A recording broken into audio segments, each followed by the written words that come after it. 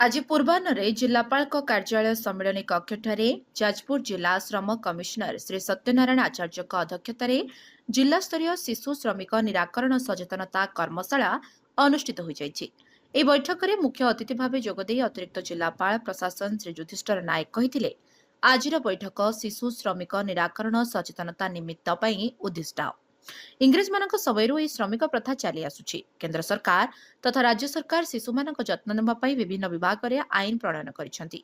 शिशुटी मार गर्भरे थिबा समयरु सरकार माँ को सठिक पोषणयुक्त खाद्य एवं प्रोत्साहन राशि जोगाई देबा सह शिशुटी बड़ हेले पाठ पढ़िबा निमंते फ्री स्कूलिंग उच्च शिक्षा लाभ करने निमंते विभिन्न वृत्तिर व्यवस्था एवं विश्वविद्यालय प्रतिष्ठा मध्य करुछंती। पिलामानंक दक्षता विकास निमंते सरकार पक्षरु दक्षता विकास तालीम मध्य प्रदान करा जाउछि। सरकार द्वारा विभिन्न पदक्षेप सत्वे एबे भी केतेक स्थान रे शिशु श्रमिक देखिबाको मिलुछंती।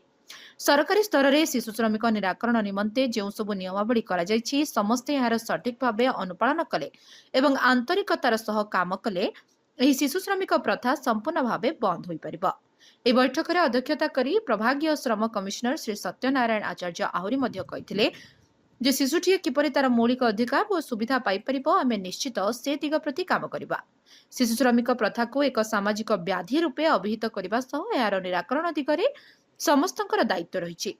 प्रत्येक नागरिक शिशु श्रमिक को विरोध करने शपथ नेबा उचित बोली विभाग पक्षरु परामर्श दिया जायतिला। ए बैठक में जोगदे शिशु मंगल समितिर अध्यक्षा श्रीमती रक्षना जेना कहिथिले जे आजिर पिला हेउचंती कालीर भविष्यत। सेमाने ही देश को आगु नेबे आमकु सेथि प्रति सजग रहिबाको पड़िबो जेपरि कौनसी भी शिशु पाठ पढ़ारु वंचित न रहंतु।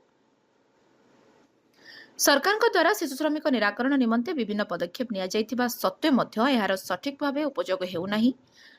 आमको एप्रति सचेतन होगाक पड़िबो एवं शिशु श्रमिक निराकरण निमंते जन सचेतनता सृष्टि करबाक पड़िबो। कौनसी व्यक्ति जदि 14 वर्षर कम पिलांको कामरे नियोजित करिथिबार नजर आसे ताहेले चाइल्ड लाइन 1098 नंबर को कॉल करी जणाइबाको परामर्श मध्य देइथिले।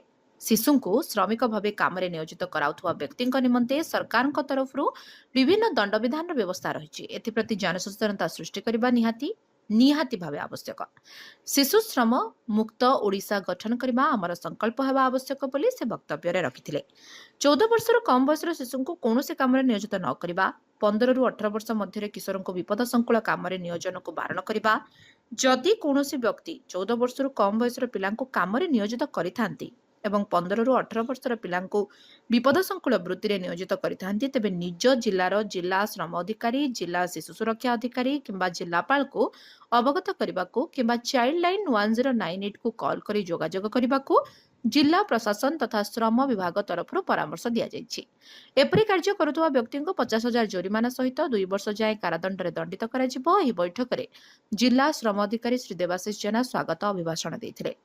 ए कर्मशाला अतिरिक्त जिला शिक्षा अधिकारी श्रीमती सुरमा महापात्र, जिला शिशु सुरक्षा अधिकारी श्री निरंजन कर, सहकारी जिला श्रम अधिकारी श्री सौम्य सुंदर राउतराय, श्री सौम्या रंजन बेहेरा, जिला समाज मंगल अधिकारी श्रीमती प्रभाती साहू, जिला सूचना और लोकसंपर्क अधिकारी श्री कामिनी रंजन पटनायक, आस्फा एनजीओ नीलाचल इस्पात निगम कर्मकर्ता एवं विभिन्न विभागर अधिकारी माने एथिरे अंशग्रहण करथिले। जाजपुर अभिमन्यु मिश्रଙ୍କ रिपोर्ट, लिव लाइफ ओडिया।